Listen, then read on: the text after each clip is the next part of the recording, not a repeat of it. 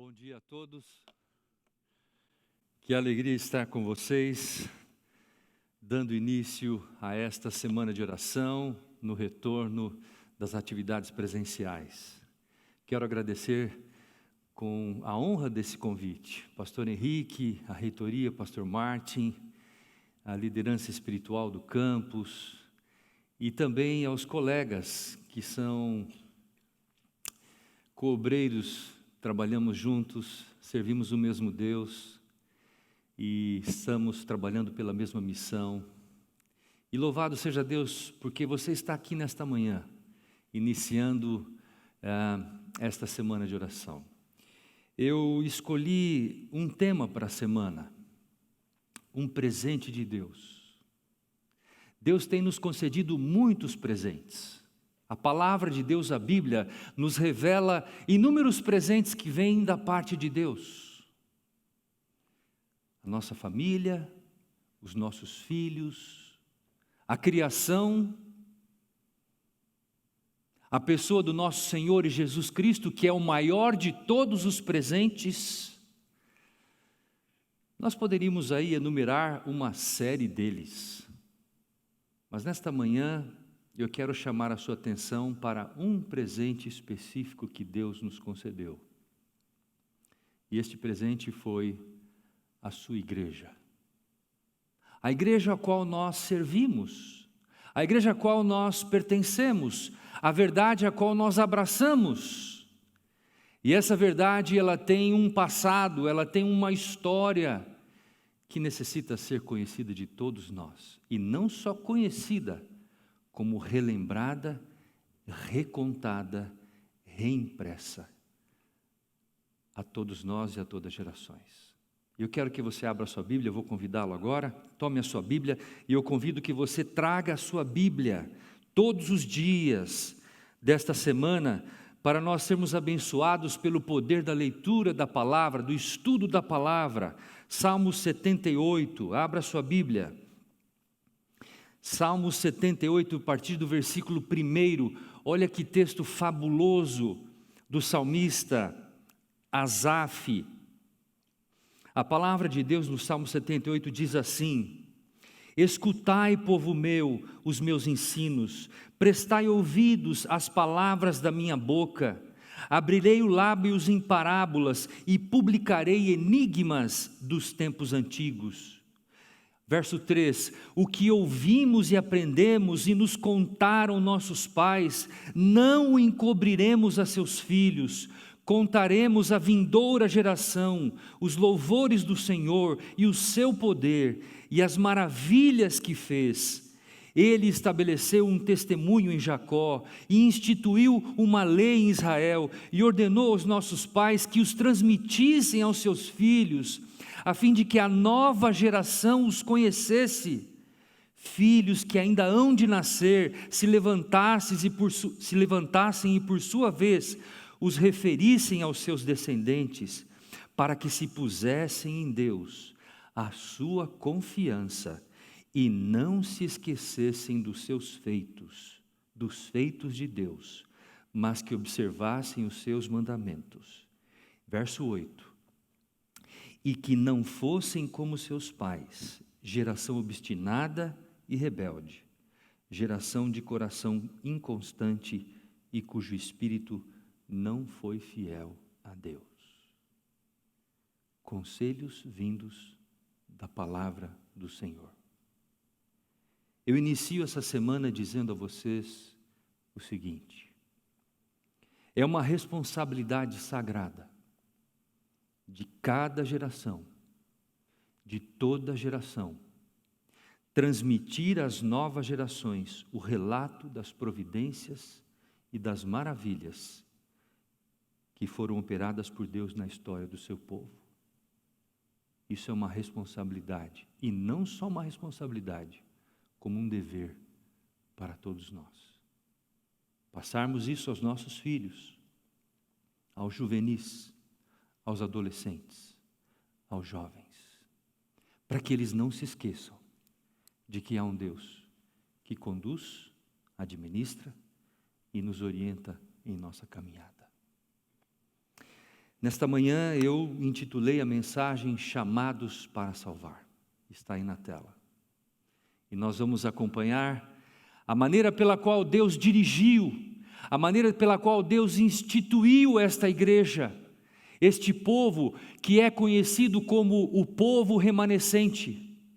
E notem que a palavra de Deus nos atesta, como acabamos de ler em Salmo 78, e ela refrisa isso através dos testemunhos. Eu não vou ler todo o texto, mas os testemunhos dizem claramente que o procedimento de Deus com o seu povo deve ser recordado frequentemente. O registro da experiência pela qual o povo de Deus passou no início da história de nossa igreja, de nossa obra, deve ser republicado. Essas histórias não podem ser esquecidas. Eu quero lembrar vocês que nós trabalhamos por 5 anos no Centro-Oeste, um projeto de resgate da história dos pioneiros da Igreja Adventista. Entregamos esse projeto o ano passado, em 2020. 1º de julho foi inaugurada a Enciclopédia da Igreja Adventista Mundial. Tem um site, vocês podem conhecer esse material, é um material preciosíssimo. Escrevemos mais de 300 verbetes só aqui no Brasil. História de homens, mulheres, pioneiros, instituições, incluindo o NASP. Escrevemos essa história. Uma equipe de mais de 50 pessoas trabalharam por esse projeto. Mas nesta manhã eu queria chamar a atenção de vocês para quem foram, de fato, os grandes homens, os grandes pioneiros. A nossa igreja, ela não nasce num vácuo, ela nasce a partir do cumprimento de uma profecia, de uma cadeia profética da escatologia bíblica, que começa em 457 a.C. e culmina em 22 de outubro, de 1844. São 2.300 anos de história. E esta profecia, ela também está conjugada com outra profecia da Bíblia, que é pouco conhecido de nós, que é a profecia de Apocalipse capítulo 3, 14 a 22, que fala da última igreja da profecia, a igreja de Laodiceia. Portanto, Daniel 8,14 e Apocalipse 3, 14 a 22, com Apocalipse 10, 12 e 14, formam a certidão de nascimento da nossa igreja. E Deus, para fundar a sua igreja, usou pessoas como você e eu, homens e mulheres. Eu quero passar em revista rapidamente quem foram esses homens. Aí está Guilherme Miller, um grande pioneiro, um reformador da verdade, um estudioso, alguém que se debruçou sobre a palavra, alguém que estudava a Bíblia dia e noite, para poder tentar descobrir as verdades que estavam ali registradas, sobretudo nos escritos proféticos de Daniel. Ele queria entender a profecia de Daniel 8,14, que até então o mundo teológico não havia compreendido. E ele gastava horas, dias e noites para poder tentar entender esta profecia. Ele veio de um lar batista, o seu avô era um pastor batista. Ele era um filho primogênito de uma família de 16 irmãos. Ele era extremamente ávido pelo conhecimento, gostava muito de ler, de estudar, de pesquisar. Quando ele passava numa cidade, ele ia à biblioteca central da cidade e ele começava a devorar os livros. E esse homem começou a estudar a Bíblia. E ele começou a pregar uma verdade. Ele concluiu que Jesus Cristo voltaria ao redor de 1843, 1844. Ele nunca chegou à data precisa de 22 de outubro de 1844. Quem chegou a essa data foi Samuel Snow. Mas aí está Guilherme Miller. Guilherme Miller, de acordo com os relatos, ele chegou a pregar para 500 mil pessoas só na América do Norte. Só na América do Norte. Ele morreu aguardando a vinda de Cristo em 1849, ou seja, 5 anos depois do grande desapontamento. Mas Ellen White recebeu uma visão de Deus dizendo que um anjo hoje guarda a sua sepultura e de que ele estará no céu para receber a coroa da vida eterna das mãos do próprio Jesus. Esse é o nosso mentor. Ele foi adventista, mas não do 7º dia, mas Deus o usou como mentor para poder fundar esta igreja. Ele não é o fundador da igreja. Eu já vou apresentar para vocês os grandes pioneiros. Aí está Bates. Bates é considerado como o grande fundador da igreja adventista, ou o mais importante fundador. Sua família congregava com os membros da igreja cristã. Ele foi capitão, líder do movimento adventista nos seus primórdios. Ele tinha um barco, uma embarcação, viajou o mundo inteiro vendendo as suas mercadorias. Passou por Belém, passou por João Pessoa, passou por Salvador, passou pelo Rio de Janeiro, passou por Itajaí, passou pelo Cabo da Boa Esperança, subiu o Chile e voltou até a Califórnia. Mas teve um momento em que Deus falou assim: eu quero usar você com todo o seu poder. E ele vendeu o seu barco, pegou todo o recurso desse dinheiro e aplicou na pregação da obra da igreja adventista. Usou todos os seus talentos, os seus recursos, para fundar esse movimento chamado Igreja Adventista do Sétimo Dia. Ele guardava os princípios de saúde antes de conhecer a verdade. Ele era vegetariano, interessante isso, não é?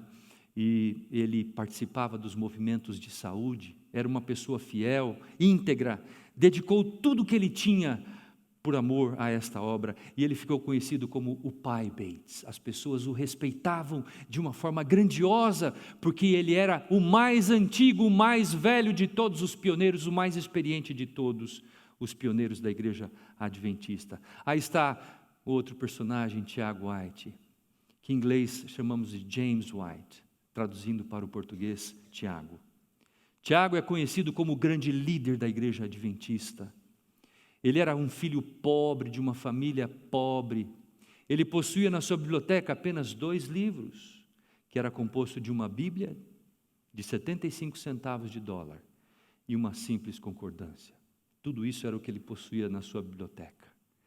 E com base nesta vida pobre, humilde e simples, Deus usou esse personagem com grande poder, com grande poder. Ele foi um homem tremendo, vivia à frente do seu tempo, era dedicado. Tiago é conhecido como o grande líder dos primórdios da igreja adventista. Eu quero mostrar para vocês quais foram os segmentos que ele ajudou a fundar. Ele ajudou a fundar a obra de publicações, a Review and Herald, a nossa primeira editora em 1866. Ajudou a fundar a primeira sede da Associação Geral. E eu quero que vocês olhem para esse prédio. Olha como é que era o prédio da primeira sede da Associação Geral. E olhe para o prédio da Associação Geral hoje. Quando esse prédio foi lançado em 63, a igreja pregava o evangelho em uma língua apenas, e em um país apenas. Hoje nós pregamos o evangelho em mais de 1000 línguas e dialetos, e estamos representados em 212 nações da terra. Como que Deus conduziu e guiou esse povo? Nós poderíamos falar dos números, mas não é o objetivo nosso aqui. Começamos de uma forma humilde, simples e humilde. Aí está o sanatório de Battle Creek, fundado em 66. Está aí por também Tiago White. E também foi fundado, pastor Martin, a primeira escola superior da igreja adventista foi fundada pelo pastor Tiago White, o Battle Creek College, em 1875. Além deles, nós podemos ver essa foto. Eu quero destacar a característica, dá uma olhada nessa foto, Tiago White com 51 anos de idade nessa foto, é impressionante.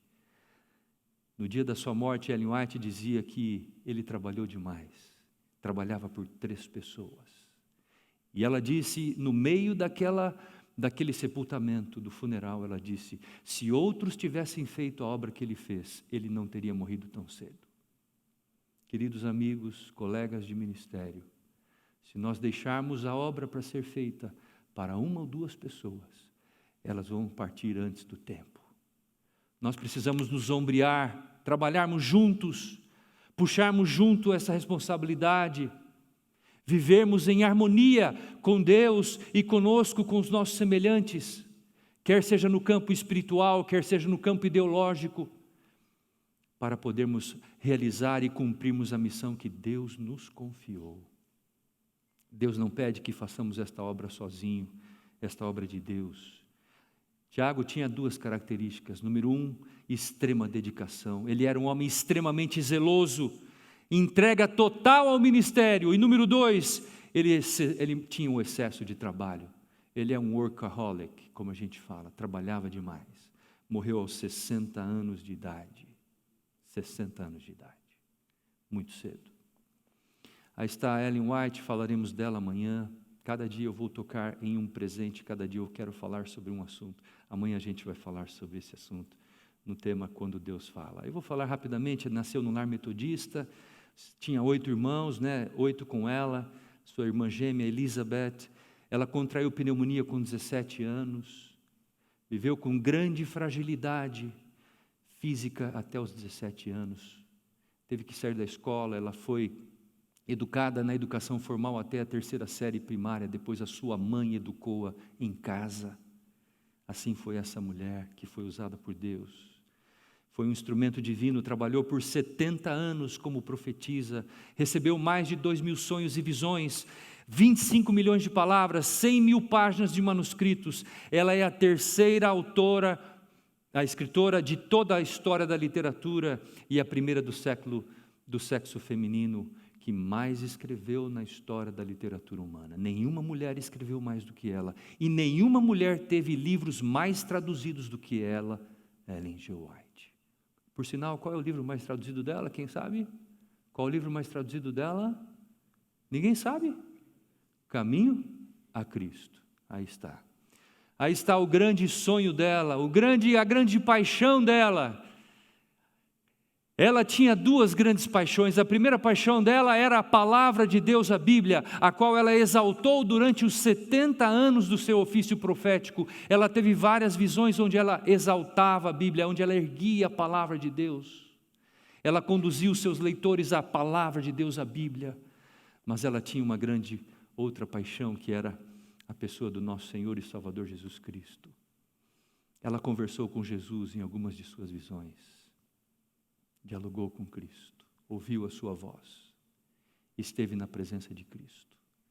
Ela escreveu 5 livros sobre a vida de Cristo.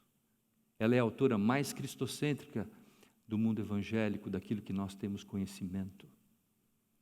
E eu queria, pastor Henrique, dar um presente para cada pessoa que vier à nossa semana de oração, esta semana.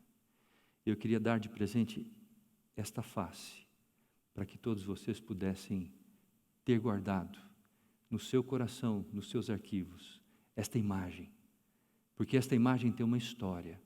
Ellen White viu Cristo em visão, o Cristo humano, e ela visitando a casa de uma amiga, ela olhando pelos corredores da casa, ela olhou para uma gravura que estava fixada na parede da casa, e ela disse para a sua amiga: aí está, e a sua amiga disse: o quê? Ela disse: aí está a gravura que representa mais próximo aquilo que Deus me revelou em visão da face do Cristo humano. A face do Cristo humano, de acordo com Ellen White, se apresentava semelhante a esta gravura.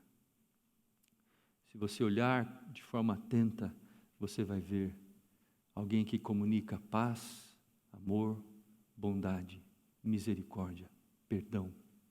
Alguém que apresenta todos os frutos do Espírito Santo, conforme Gálatas 5:22. Esse foi o grande trabalho de Ellen, exaltar a Bíblia e exaltar a vida de Cristo, a pessoa de Cristo. Avante, vamos seguir. John Andrews, o primeiro missionário enviado pela igreja a um outro continente, possuía um conhecimento de várias línguas, falava o latim, o grego, o hebraico, o francês. Ele podia ler materiais e conteúdos nessas línguas, o alemão, o inglês, obviamente. Andrews, uma vez chegaram para Andrews e perguntaram: Dr. Andrews, é verdade que se a Bíblia se perder, você pode reescrevê-la palavra por palavra? Ele disse: eu não posso garantir que eu escreva toda a Bíblia, mas uma coisa eu posso te garantir: se o Novo Testamento se perder, eu posso reproduzi-lo palavra por palavra, linha por linha. Ele tinha gravado na sua memória todo o conteúdo do Novo Testamento. Esses foram os nossos pioneiros, queridos. Gravado o conteúdo do Novo Testamento. Estudioso, de acordo com os pioneiros, ele era o mais bem preparado de todas as fileiras da Igreja Adventista dos pioneiros. também morreu cedo, com 53 anos de idade.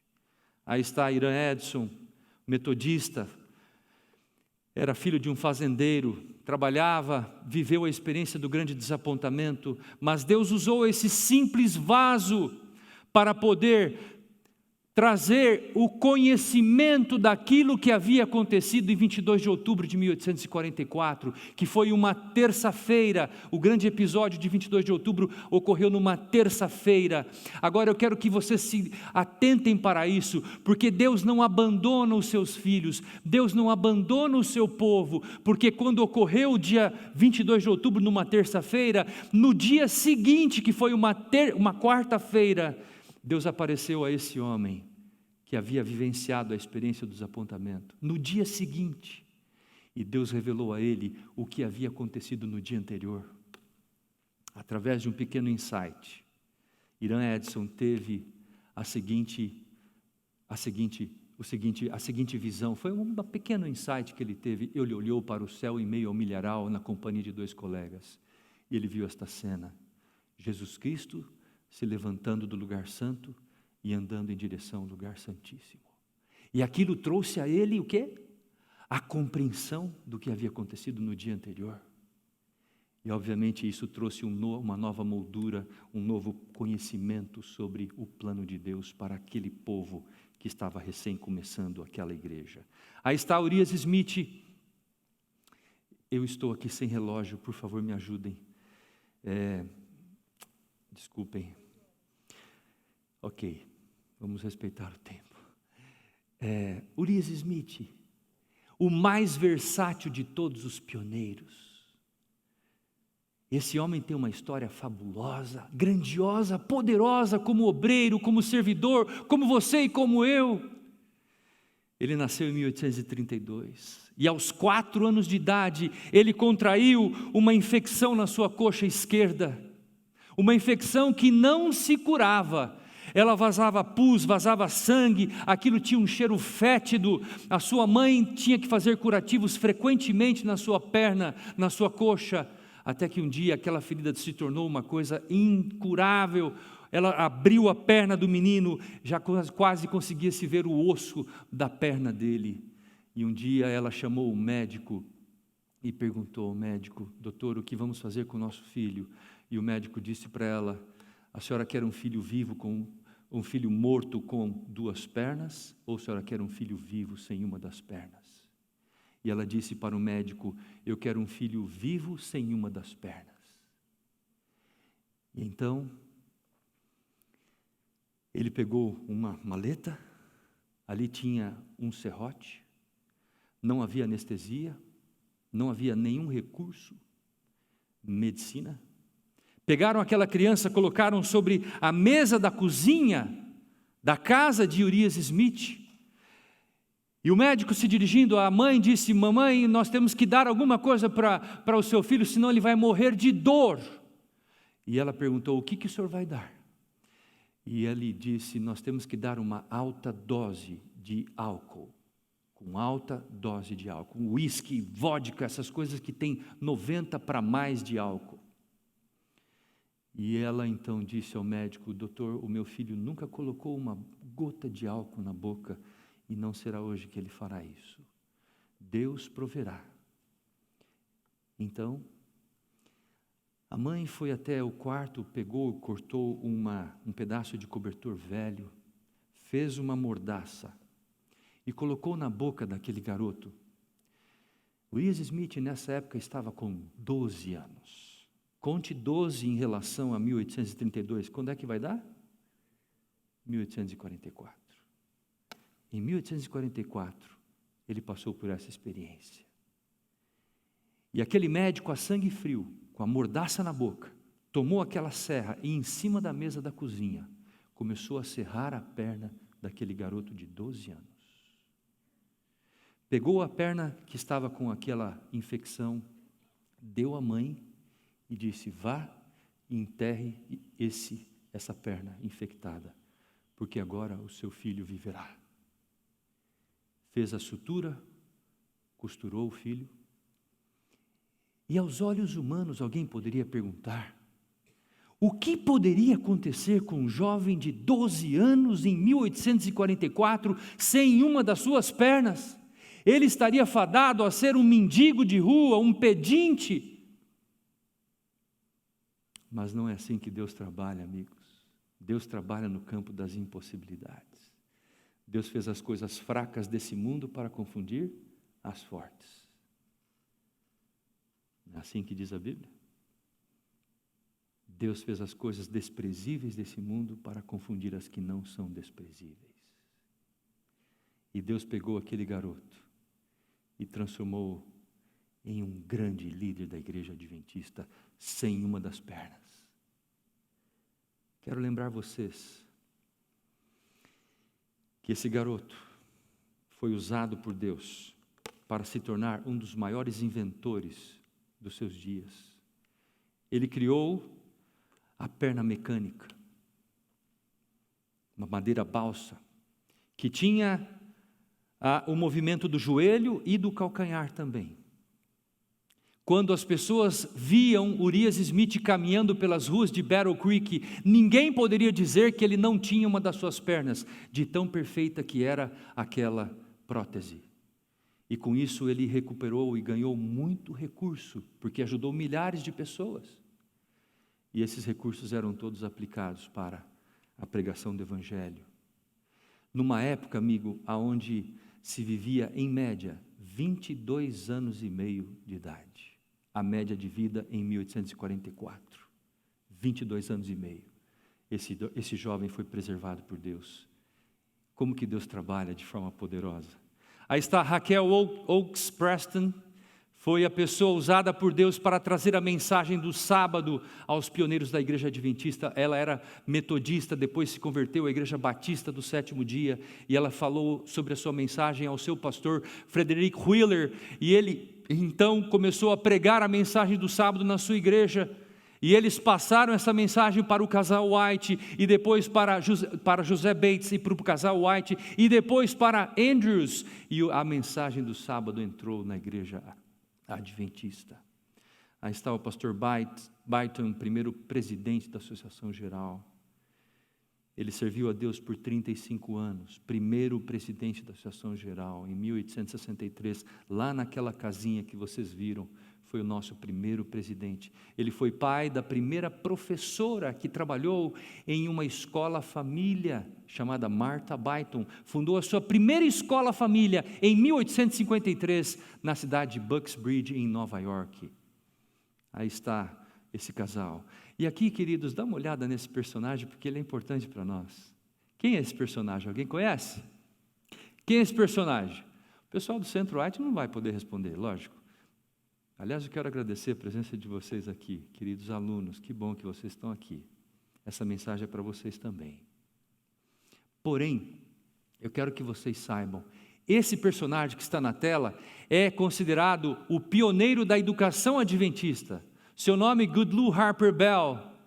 Você pode imaginar como que um homem com essa barba é educador, pastor? Como é que uma pessoa com esse perfil vai dar aula para crianças, jovens? As pessoas vão morrer de medo dele, não é? Mas aí está, dá uma olhada nessa pessoa, Goodlew Harper Bell. Ele foi uma pessoa usada por Deus para produzir a lição da escola sabatina. Ele criou os primeiros livros didáticos da nossa igreja, EAD. Olha aí, pastor, olha aí quem está. Esse foi o primeiro indivíduo que deu o start. Seria bom estudarmos a história desse homem. Nós temos lá no Centro White vários materiais que contam a vida desse homem.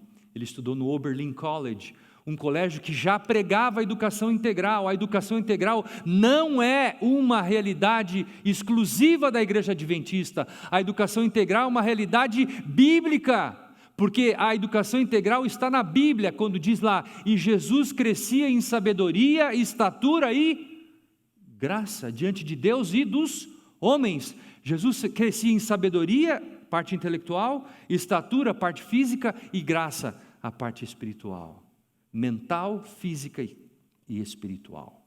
Aí está a parte da educação integral que vem da nossa própria Bíblia, não é? Aí está o primeiro historiador da igreja adventista do sétimo dia.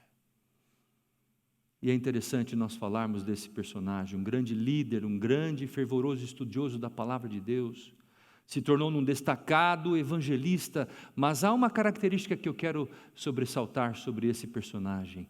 Ele viu, esteve presente em 55 visões na presença de Ellen White. E durante essas 55 visões, ele registrou o que acontecia no momento em que Ellen White entrava em visão. Quais eram os fenômenos que se passavam naquele momento? O que as pessoas faziam? E ele diz, elas mantinham-se em reverência, alguns oravam, algumas pessoas ficavam estudando a palavra até o momento em que a visão encerrasse. Porque quando a visão encerrasse, a primeira questão que as pessoas que estavam presentes à reunião queriam saber, Senhora White, o que Deus revelou à senhora sobre nós? Que coisa interessante. Queriam saber se Deus havia falado alguma coisa para ela a respeito da vida pessoal ou espiritual deles. E muitas vezes ela dizia, eu não posso me lembrar o que Deus me revelou agora. Às vezes ela gastava 2, 3 dias para lembrar de uma visão, porque uma visão deixa a pessoa extenuada, como diz a palavra de Deus, né? Daniel, João, quando acaba a visão eles caem por terra, não é? Esse é o processo da visão. John Norton Loughborough, o primeiro historiador da igreja adventista. E aí está Stephen Haskell, iniciou a pregação com os adventistas sabatistas, foi pioneiro da igreja adventista na Oceania, um grande líder estrategista, um grande líder. E eu vou contar uma história porque isso aqui é importante a gente falar. Nós somos todos seres humanos. Ellen White perdeu seu marido aos 64 anos de idade. E ela ficou viúva por 34 anos. Imagine uma mulher ficar viúva por 34 anos e ficar fiel ao seu posto de viúva. Porém, esse homem perdeu a sua esposa. Ele era 5 anos mais novo que Ellen. E um dia, pastor Stephen Haskell teve coragem, passou um óleo de peroba lá e foi até a casa de Ellen White e falou, irmã White, a senhora está viúva? Eu estou viúvo, nós estamos amargando a experiência da solidão, o que nos impede de nós juntarmos as nossas trouxas e vivermos juntos, somarmos forças. E Ellen White, olhando para aquele pastor pioneiro, vendo a sua necessidade, disse a ele, pastor Stephen Haskell, eu quero dizer 2 coisas a você. Número 1, o senhor é um homem muito corajoso. Número 2, o meu coração só teve espaço para um homem, e esse espaço foi ocupado por Tiago White. Pastor Haskell pegou a sua viola e saiu. Mas saiu não de mãos vazias, porque Ellen White era uma pessoa extremamente generosa. Sabendo da necessidade, da solidão daquele pioneiro, que tinha muitos anos pela frente de trabalho, ela entrou em contato com uma de suas amigas, que era 20 anos mais nova do que o pastor Haskell. E disse, amiga, nós temos um pioneiro que perdeu a sua esposa. Ele está sozinho, ele precisa de uma companheira. Você aceitaria ser a companheira desse pioneiro? Eu sabe que quando Ellen White falava, as coisas não eram muito simples, né? Ela falava com uma certa autoridade, mas é óbvio que ela não impôs nada à sua amiga, mas ela apenas fez um convite para ela. E aquela garota, aquela moça, disse, irmã White, eu aceito ser esposa deste pioneiro. Se casaram, tiveram 3 filhos, foram felizes no casamento, e eles exerceram um grande poder, com grande poder, o ministério. Por que eu estou contando isso, amigos? Eu estou contando isso porque esses homens e mulheres eram iguais a você, iguais a mim, iguais a todos nós. Eles tinham dúvidas, incertezas, passaram por momentos difíceis, por depressão, passaram por angústias, foram provados, testados, até a última instância. Mas Deus os usou de forma poderosa. E louvado seja Deus pela vida e a obra desses pioneiros que nós estamos aqui estudando. Eu quero mostrar agora para vocês a galeria dos 12 pioneiros da Igreja Adventista. E eu pergunto a vocês nesse momento, por que Deus chamou esses homens e mulheres? Eles foram usados por Deus para fundarem a última igreja da profecia bíblica, a igreja de Laodiceia, que começa o seu período em 1844, e eu quero lembrar a vocês, em nome de Jesus, nesse momento, a Bíblia, a palavra de Deus, não apresenta a nós uma oitava igreja, só são 7 igrejas, esta, portanto, é a última igreja, nós fazemos parte do último movimento profético da terra, chamada Igreja Adventista do Sétimo Dia. E Deus irá nos usar com grande poder para terminarmos a obra. E a pergunta que eu faço, por que Deus fundou esta igreja? Para resgatar verdades que estão aí descritas, verdades da palavra de Deus que estavam esquecidas, apagadas, verdades que foram pisoteadas, Daniel 7:25, o sábado, a trindade, doutrina do santuário, verdades como o princípio da sola escritura, a justificação pela fé, obra da santificação e tantas outras verdades que até os dias de hoje nós pregamos, nós ensinamos, nós praticamos missão através do testemunho dessas verdades. Mas Deus nos chamou para um segundo grande propósito, tão importante quanto esse primeiro. E olha o que diz o 9º volume dos Testemunhos, página 19. Em sentido especial, os adventistas do sétimo dia foram postos no mundo como vigias e portadores de luz.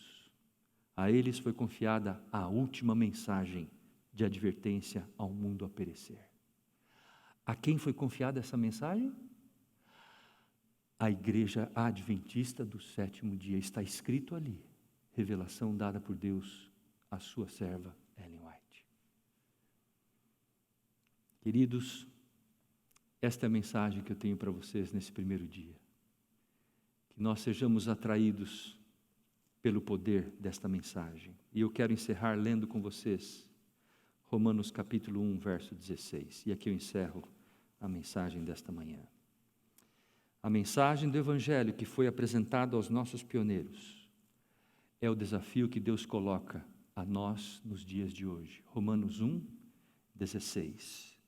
E a palavra de Deus nos diz assim: pois não me envergonho do Evangelho, porque é o poder de Deus para a salvação de todo aquele que crê. Esses homens e mulheres foram chamados por Deus para pregar este Evangelho. E você e eu, hoje, também fomos chamados por Deus para pregar este Evangelho. Que Deus nos abençoe e nos use poderosamente. Amém.